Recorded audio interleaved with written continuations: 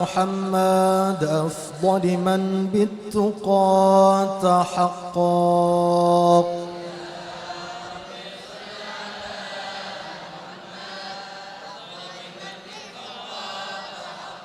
يا ربي صل على محمد من بالسخاء والوفاء تخلق.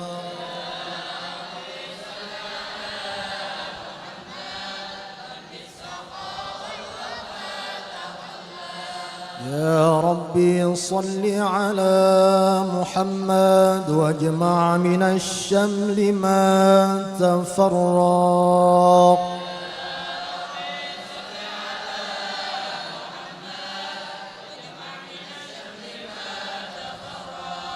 يا ربي صل على محمد واصلح وسهل ما قد تعوق.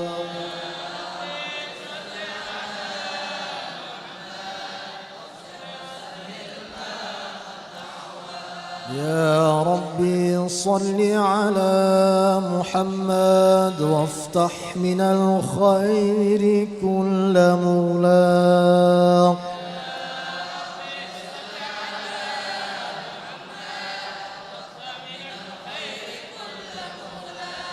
يا ربي صل على محمد وآله ومن بالنبي تعلق.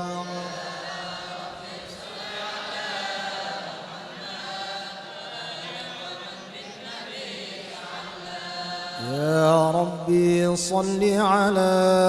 محمد وآله ومن للحبيب يعشق.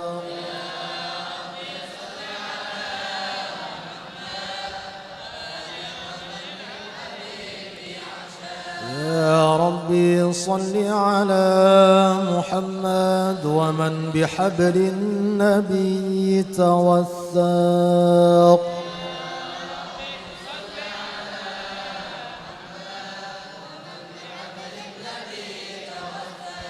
يا ربي صل على محمد يا ربي صل عليه وسلم.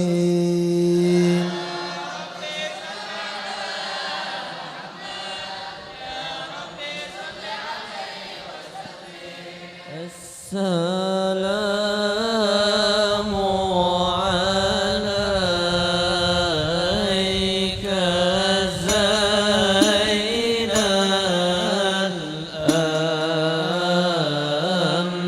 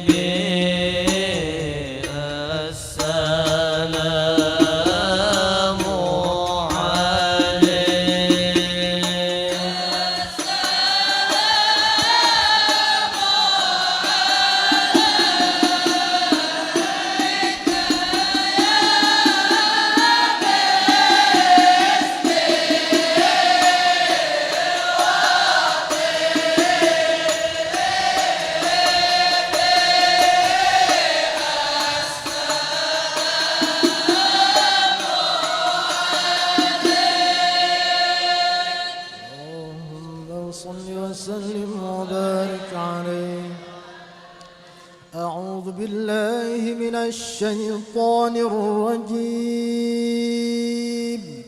لقد جاءكم رسول من أنفسكم عزيز عليه ما عنتم حريص عليكم بالمؤمنين رؤوف رحيم. فإن تولوا فقل حسبي الله لا إله إلا هو عليه توكلت وهو رب العرش العظيم. إن الله وملائكته يصلون على النبي يا أيها الذين آمنوا صلوا عليه وسلموا تسليما. اللهم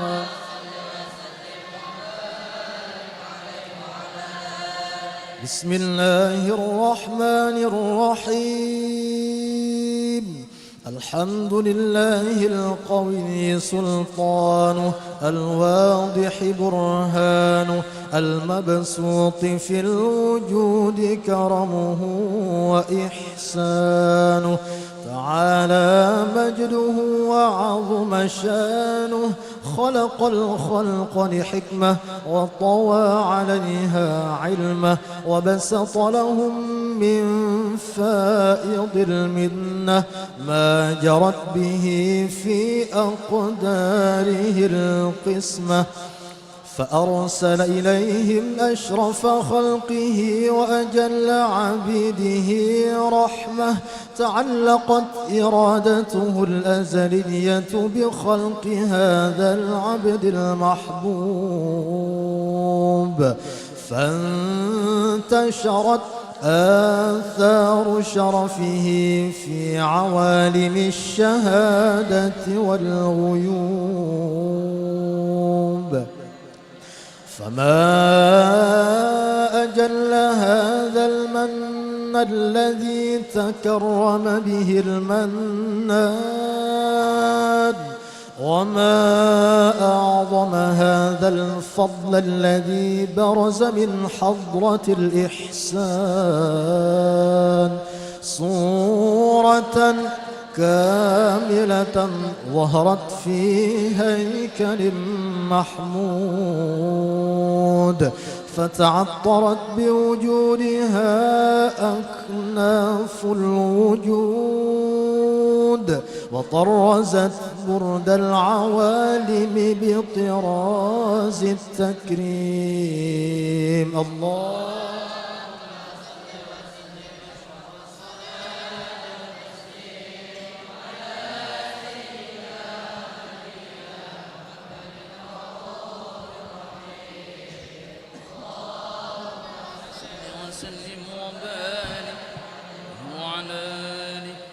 تجلى الحق في عالم قدسه الواسع تجليا قضى بانتشار فضله في القريب والشاسع. فله الحمد الذي لا تنحصر أفراده بتعداد ولا يمل تكراره بكثرة ترداد حيث أبرز من عالم الإمكان صورة هذا الإنسان ليتشرف بوجوده الثقلان وتنتشر أسراره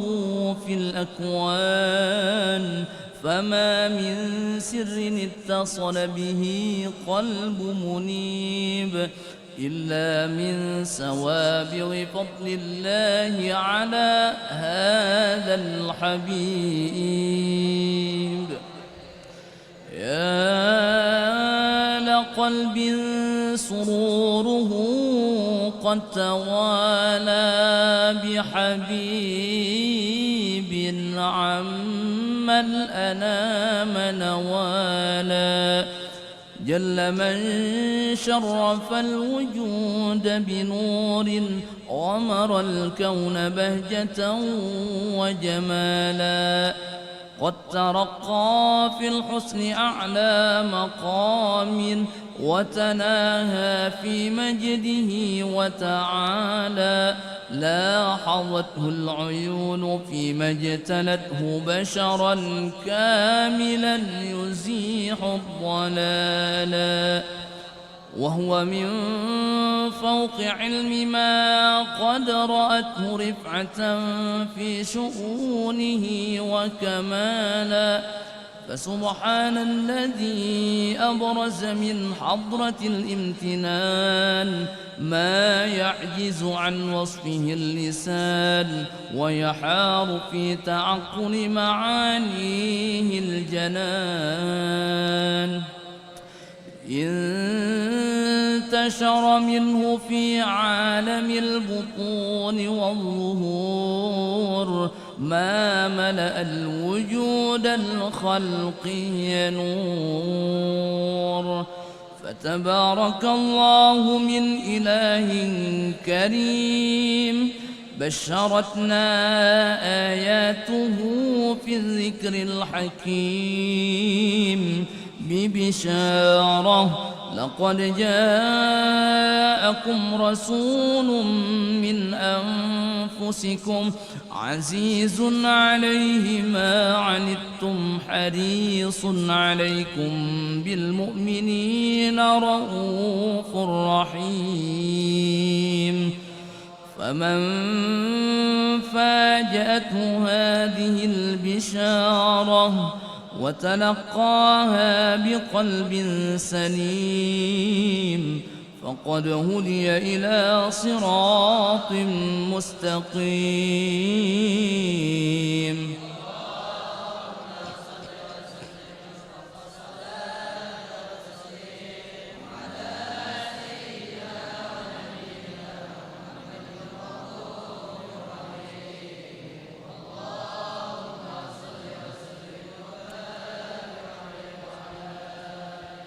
وأشهد أن لا إله إلا الله وحده لا شريك له شهادة تعرب بها اللسان عما تضمنه الجنان من التصديق بها والإذعان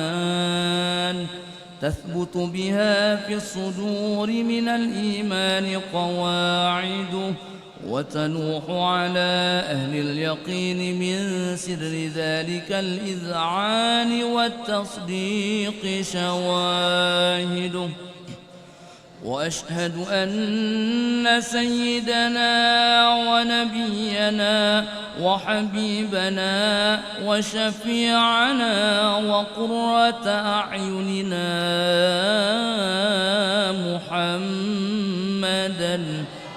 العبد الصادق في قوله وفعله والمبلغ عن الله ما أمره بتبليغه لخلقه من فرضه ونفله عبد أرسله الله للعالمين بشيرا ونذيرا فبلغ الرسالة وأدى الأمانة وهدى الله به من الأمة بشرا كثيرا فكان في ظلمة الجهل للمستبصرين سراجا وقمرا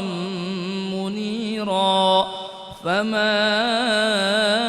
أعظمها من منة تكرم الله بها على البشر وما أوسعها من نعمة انتشر سرها في البحر والبر اللهم صل وسلم بأجل الصلوات وأجمعها وأزكى التحيات وأوسعها على هذا العبد الذي وفى بحق العبودية وبرز فيها في خلعة الكمال وقام بحق الربوبية في مواطن الخدمة لله وأقبل عليه غاية الإقبال صلاة يتصل بها روح المصلي عليه به صلاة يتصل بها روح المصلي عليه به صلاة يتصل بها روح المصلي عليه به فينبسط في قلبه نور سر تعلقه به وحبه ويكتب بها بعناية الله في حزبه وعلى آله وصحبه الذين ارتقوا صهوة المجد بقربه وتفيأوا ظلال الشرف الأصلي بوده وحبه ما عطر الأكوان بنشر ذكراه النسيم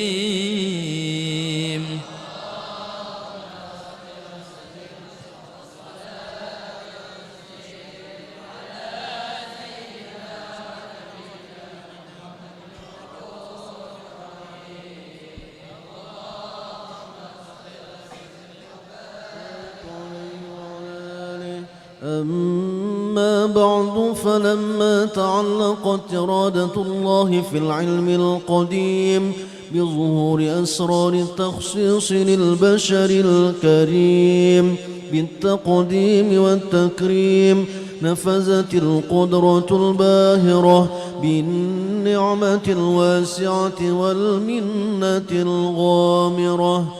فانفلقت بيدة التصوير في العالم المطلق الكبير عن جمال مشهود بالعين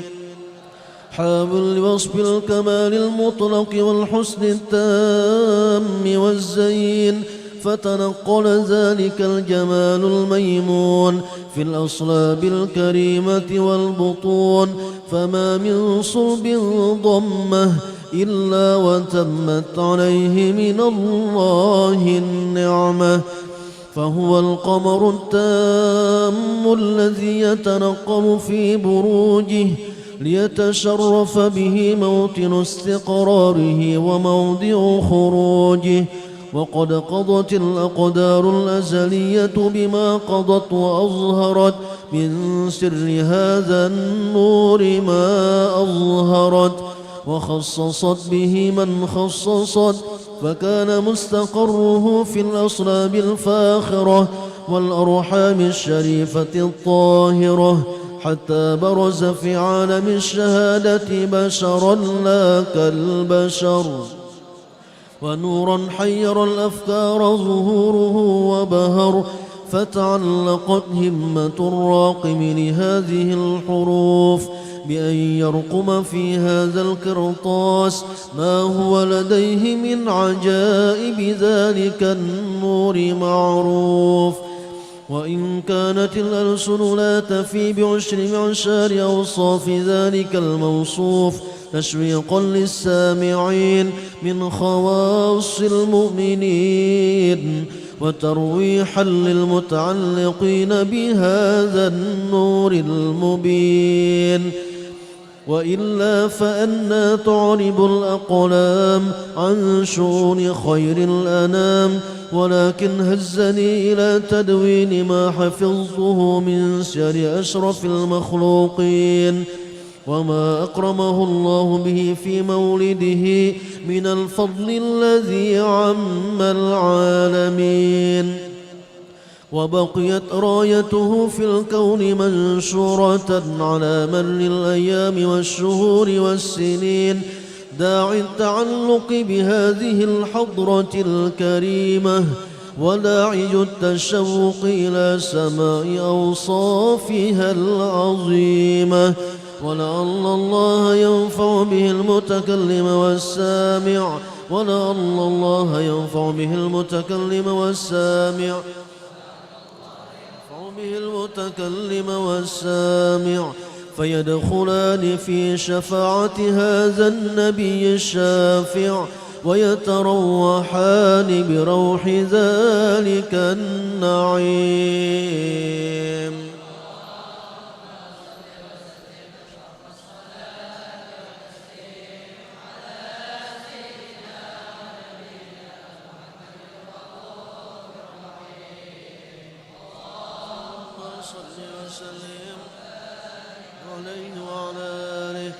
وقد آن للقلم أن يخط ما حركت فيه الأنامل مما استفاده الفهم من صفات هذا العبد المحبوب الكامل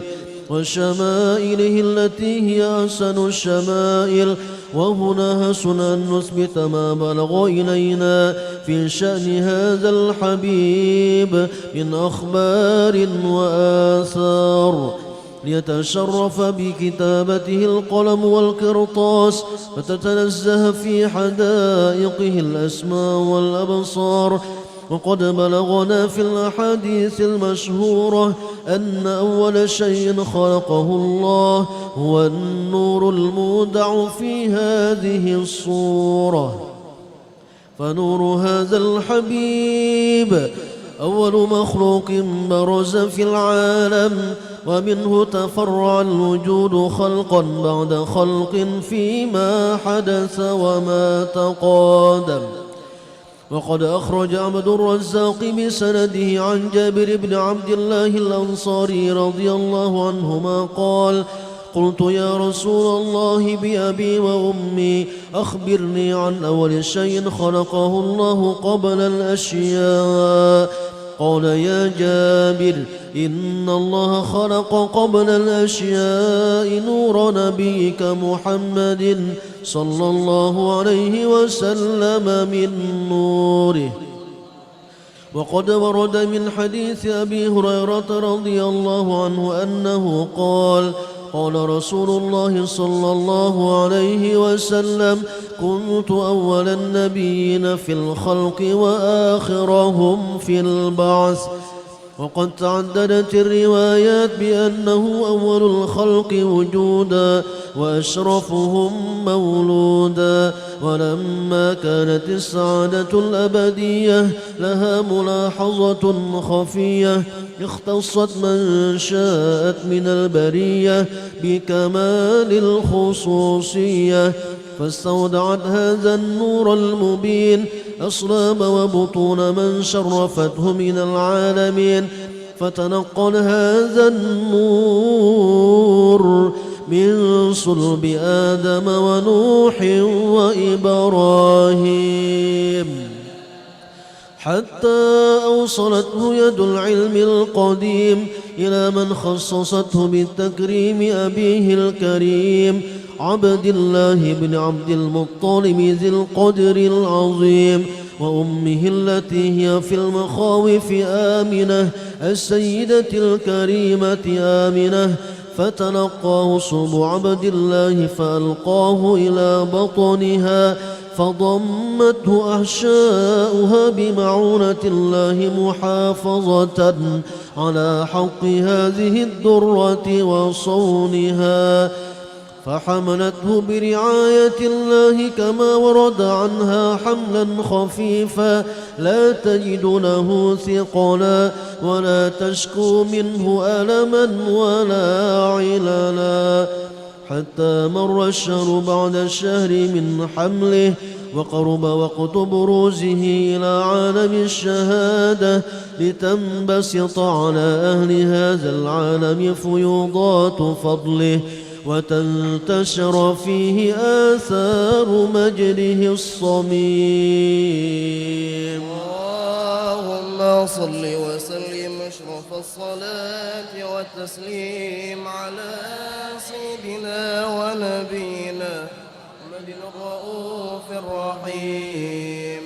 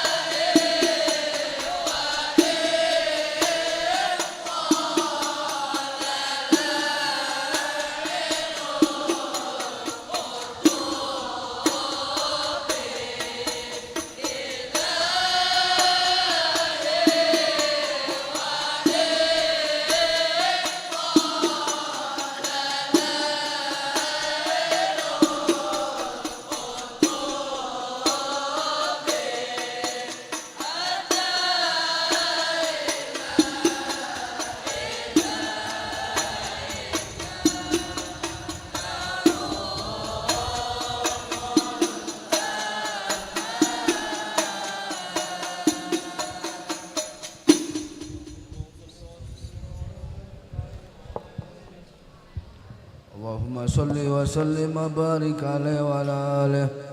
ومنذ لقد بهذه الدرة المكنونة والجوهرة المسونة والكون كله يصبح ويمسي في سرور وابتهاج بقرب جور إشراقها جاسرات والعيون متشوفة إلى برجه متشوقة إلى التقاط جواهر كنوجه وكل دابة لقريش نطقت بفاصل عبارة مولنة بكمال البشارة وما من حامل حملت في ذلك العام إلا تطفي حملها بغلام من بركات وسعادة هذا الإمام ولم تزل الأرض والسماوات متدمخة بتر الفرح بملاقاة الأشرف البريات وبروجه من عالم الخفاء إلى عالم الظهور بعد تنقله في البطون والجهور فجر الله في الوجود بهجة التكريم وبسط في العالم الكبير مائدة التشريف والتعظيم ببروج هذا البشر الكريم اللهم صل وسلم وصلاة وتسليم على سيدنا ونبينا محمد الرؤوف الرحيم اللهم صل وسلم وبارك عليه وعلى آله فحين قرب وجود هذا الحبيب أعلنت السماوات والأرضون ومن فيهن بترهيب وأمطار الجود لله على أهل الوجود تشد وألسنة الملائكة بتبشير للعالمين تائت سبحان الله الحمد لله إله إلا الله والله أكبر سبحان الله لا إله إلا الله والله أكبر سبحان الله لا ولا إله إلا الله والله أكبر والقدرة كسفت كنا هذا المستور ليبرج نوره كاملا في عالم الجهور نورا فاق كل نور وأنفذ الحقوق على من أتم الله عليه النعمة من خواص الأمة أن يحضر عند وجه أمة تانسا لجنابها المشهود ومشاركة لها فيها جسمات الممدود فادرت بتوفيق الله سيدة مريم سيدة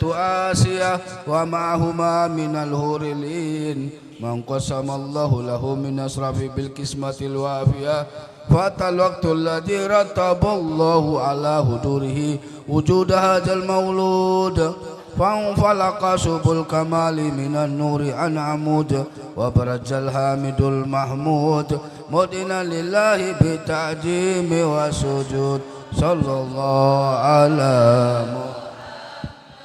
صلى الله عليه وسلم صلى الله على محمد صلى الله عليه وسلم صلى الله على محمد يا ربي صل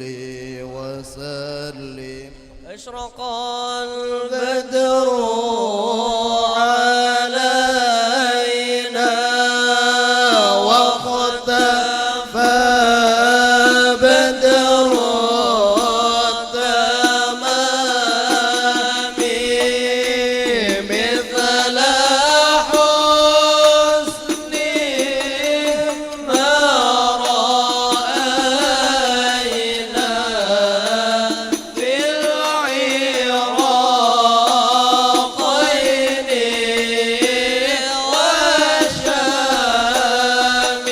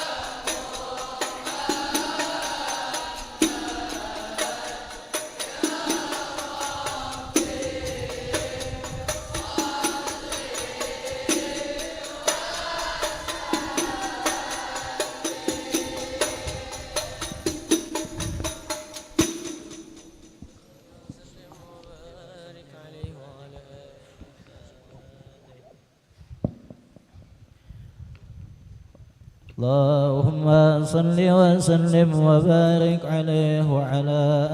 آله. ولقد اتصب صلى الله عليه وآله وسلم من محاسن الأخلاق بما تضيق عن كتابته بطون الأوراق. كان صلى الله عليه وآله وسلم أحسن الناس خلقا وخلقا وأولهم إلى مكارم الأخلاق سبقا وأوسعهم بالمؤمنين حلما ورفقا. برا رؤوفا لا يكون ولا يفعل إلا معروفا. له الخلق السهل واللفظ المحتوي على المعنى الجازم إذا دعاه المسكين وأجابه إجابة معجلة. وهو الأب الشفيق الرحيم لليتيم والأرملة. وله مع سهولة أخلاق الهيبة القوية التي ترتعد منها برايس الأقوياء من البرية. ومن نشر ضيبه تعطرت الطرق والمنازل وبعرف ذكره تضيبت المجالس والمحافل. وهو صلى الله عليه وآله وسلم جامع الصفات الكمالية والمنفرد بخلقه وخلقه بأشرف خصوصية. فما من خلق في البرية محمود إلا وهو متلقى عن زين الوجود. أجملت بوصف الحبيب وشأنه وله العلا في مجده ومكانه. أوصى بعز قد تعالى مجدها أخجت على نجم السها بعنانه. وقد انبسط القلم في تدوين ما فاد العلم من وقع مولد النبي الكريم وحكاية ما أكرم الله به هذا العبد المقرب من التكريم والتعظيم والخلق العظيم. فاسنا مني أن أمسك عنة الأقلام في هذا المقام وأقرأ السلام على سيد الأنام. السلام عليك أيها النبي ورحمة الله وبركاته. السلام عليك الله وبركاته. السلام عليك أيها النبي ورحمة الله وبركاته. وبذلك يصل الختم كما يصل التقديم وعليه أفضل الصلاة وتسليم. اللهم صل وسلم أشرف الصلاة والتسليم على سيدنا ونبينا محمد الرؤوف الرحيم. يا رسول الله سلام عليك فاسأل الرحمن في حاجتي.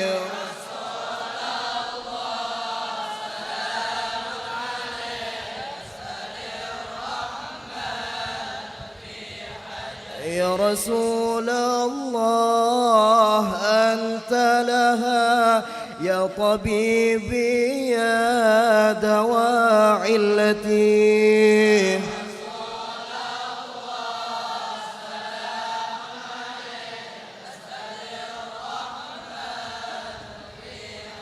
يا رسول الله أنت لها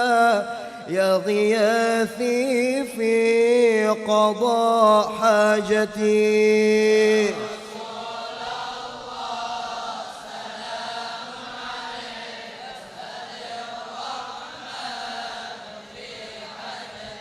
يا رسول الله أنت لها أنت باب الله والقبلة.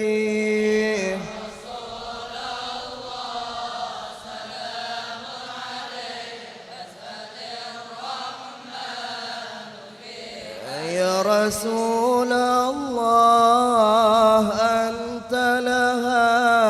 أنت أنت قائدنا إلى الحضرة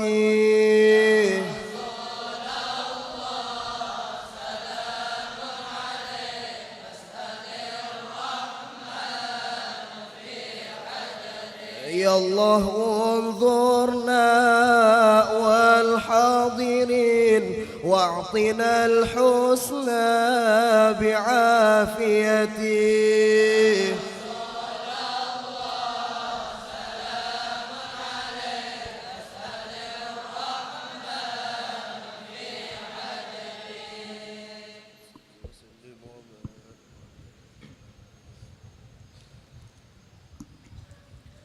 Amin amin bismillahirrahmanirrahim alhamdulillahi rabbil alamin Allahumma salli wa sallim ala sayyidina Muhammadin fil awwalin Allahumma salli wa sallim ala sayyidina Muhammadin fil akhirin Allahumma salli wa sallim ala sayyidina Muhammadin fi kulli waqtin wa hin Allahumma salli wa sallim ala sayyidina Muhammadin fil mala'il a'la ila yaumiddin Allahumma salli wa sallim ala sayyidina Muhammadin wa ala alihi wa sahbihi ajma'in ولما نظم الفكر من ضرار الأوصاف المحمدية عقودا توجهت إلى الله متوسلا بسيدي وحبيبي محمد صلى الله عليه وسلم أن يجعل سعي فيه مشكورا وفعلي فيه محمودا وأن يكتب عملي في الأعمال المقبولة وتوجهي في التوجهات الخالصة وسلات الموصولة اللهم يا من إليه تتوجه الآمال فتعود ظافرة وعلى باب عزته تحت الرحال فتغشاها منه الفيوضات الغامرة نتوجه إليك بأشرف الوسائل لديك سيد المرسلين عبدك الصادق الأمين سيدنا محمد الذي عمت رسالته العالمين أن تصلي وتسلم على تلك الذات الكاملة مستودع أمانتك وحفيظ سرك وحامل راية دعوتك الشاملة الأب الأكبر المحبوب لك والمخصص بشرف الأفخر في كل موطن من مواطن القرب ومظهر قاسم إمدادك في عبادك وساقي كؤوس إرشادك لأهل ودادك سيد القونين وأشرف الثقلين العبد المحبوب الخالص المخصوص منك بأجل الخصائص اللهم صل وسلم عليه وعلى آله وأصحابه وأهل حضرة اقترابه من أحبابه اللهم إنا نقدم إليك جاه هذا النبي الكريم ونتوسل إليك بشرف مقامه العظيم أن تلاحظنا في حركاتنا وسكناتنا بعين عنايتك وأن تحفظنا في جميع أطوارنا وتقلباتنا بجميل رعايتك وحصين وقايتك وأن تبلغنا من شرف القرب إليك وإلى هذا الحبيب غاية آمالنا وتتقبل منا ما تحرقنا فيه من نياتنا وأعمالنا وتجعلنا في حضرة هذا الحبيب من الحاضرين وفي طراعك اتبائه من السالكين ولحقك وحقه من المعدين ولعهدك من الحافظين اللهم إنا لنا أطمعا في رحمتك الخاصة فلا تغرمنا وزنونا جميلة هي وسيلتنا إليك فلا تخيبنا آمنا بك وبرسولك وما جاء به من الدين وتوجهنا به إليك مستشفعين أن تقابل المذنب منا بالغفران أن تقابل المذنب منا بالغفران أن تقابل المذنب منا بالغفران والمسيء بالإحسان والسائل بما سأل والمؤمل بما أمل وأن تجعلنا ممن نصر هذا الحبيب ووازره وواله وظاهره وأم ببركته وشريف وجهته أولادنا ووالدينا وأهل قطرنا ووادينا وجميع المسلمين والمسلمات والمؤمنين والمؤمنات في جميع الجهات وأدم راية الدين القويم في جميع الأقطار منشورة ومعالم الإسلام والإيمان بأهلها معمورة معنى وصورة واكشف اللهم قربة المقروبين واقض دين المدينين واغفر للمذنبين وتقبل توبة التائبين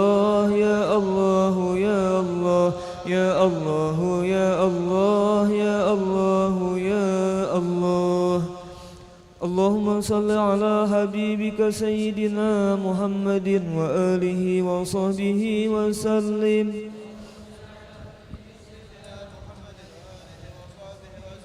اللهم صل على حبيبك سيدنا محمد وآله وصحبه وسلم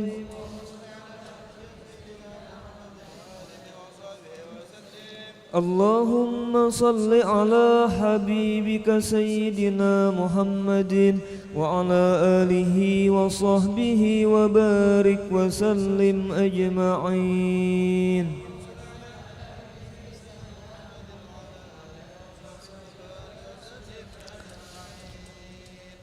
الفاتحة وآية الكرسي وثلاثا من سورة الإخلاص والمعوذتين وإلى حضرة النبي وأهل بيته الكرام الفاتحة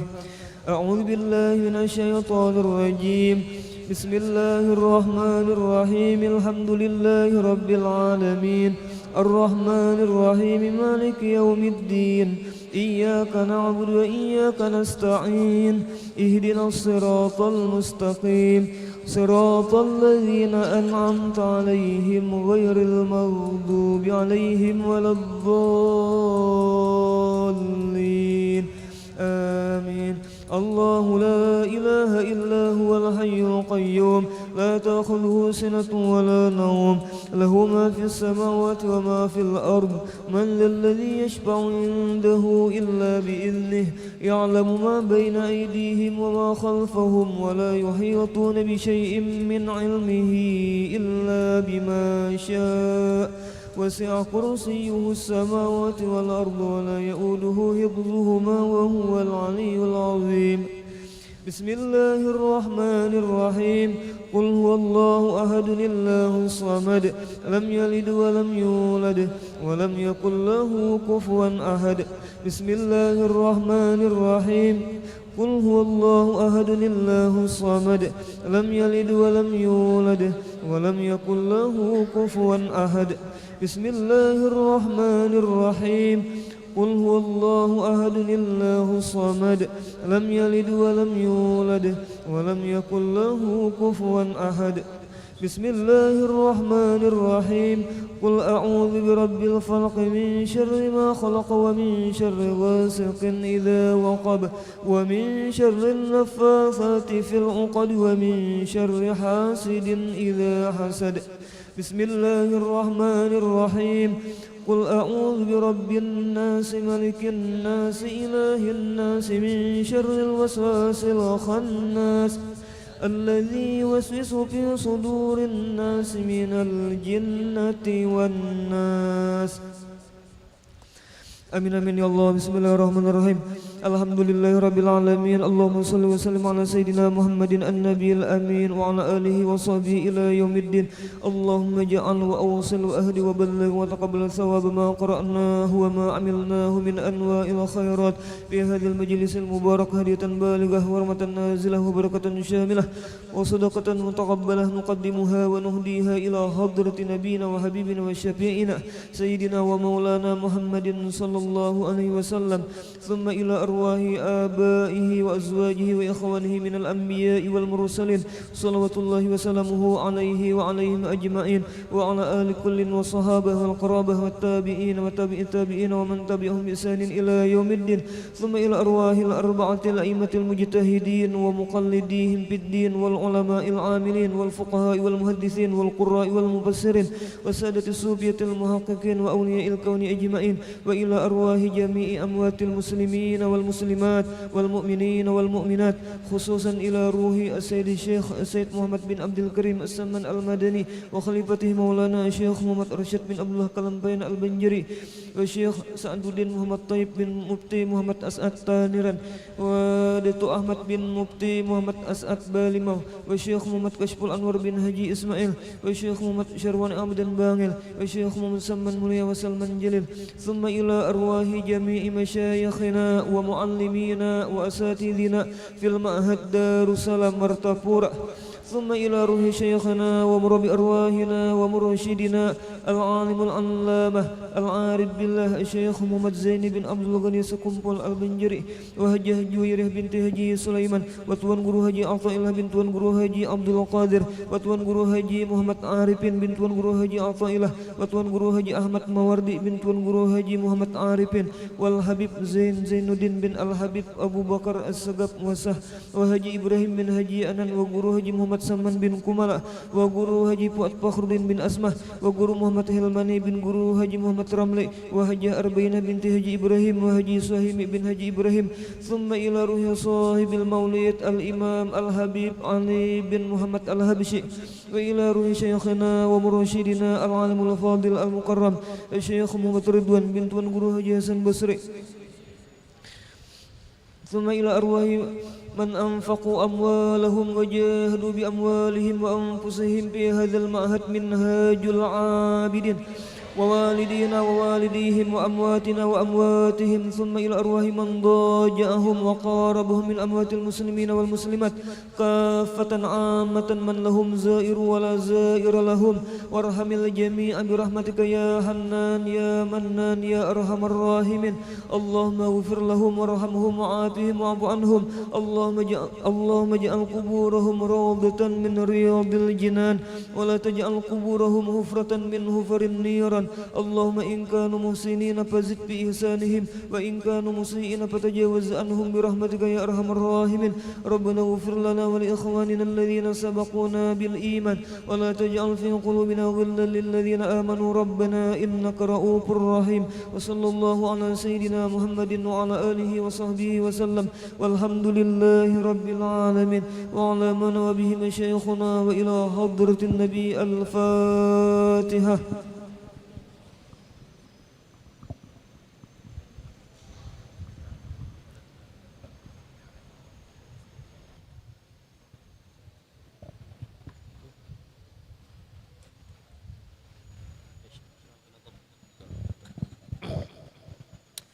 بسم الله الرحمن الرحيم الحمد لله رب العالمين اللهم صل وسلم على سيدنا محمد النبي الأمي وعلى آله وسلم بسم الله اللهم صل وسلم اللهم صل على سيدنا محمد مفتاح باب رحمة الله عدد ما في علم الله صلاة وسلاما دائمين ودوام ملك الله وعلى آله وصحبه اللهم اجعل في طاعتك فروحي وسروري وفي مرضاتك جميع أموري اللهم يا عالم بحالتي ومطلع على سرائري ونياتي اغني جميع حاجاتي واغفر ذنوبي وسيئاتي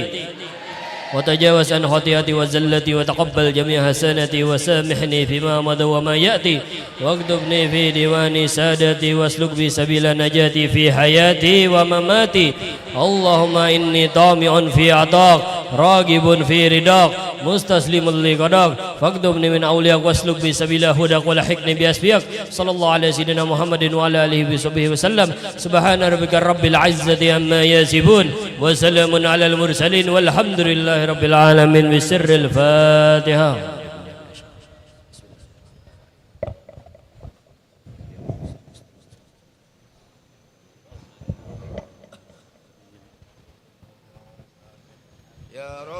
بالمصطفى بلغ مقاصدنا واغفر لنا ما مضى يا واسع الكرم يا ربي بالمصطفى بلغ مقاصدنا واغفر لنا ما مضى يا واسع الكرم يا ربي بالمصطفى بلغ مقاصدنا واغفر لنا ما مضى يا واسع الكرم تقبل الله منكم. Alhamdulillahirrabbilalamin. Mudahan ini jadi saksi nanti di akhirat bahwa kita pernah memuji Rasulullah sallallahu alaihi wasallam. Allahumma shalli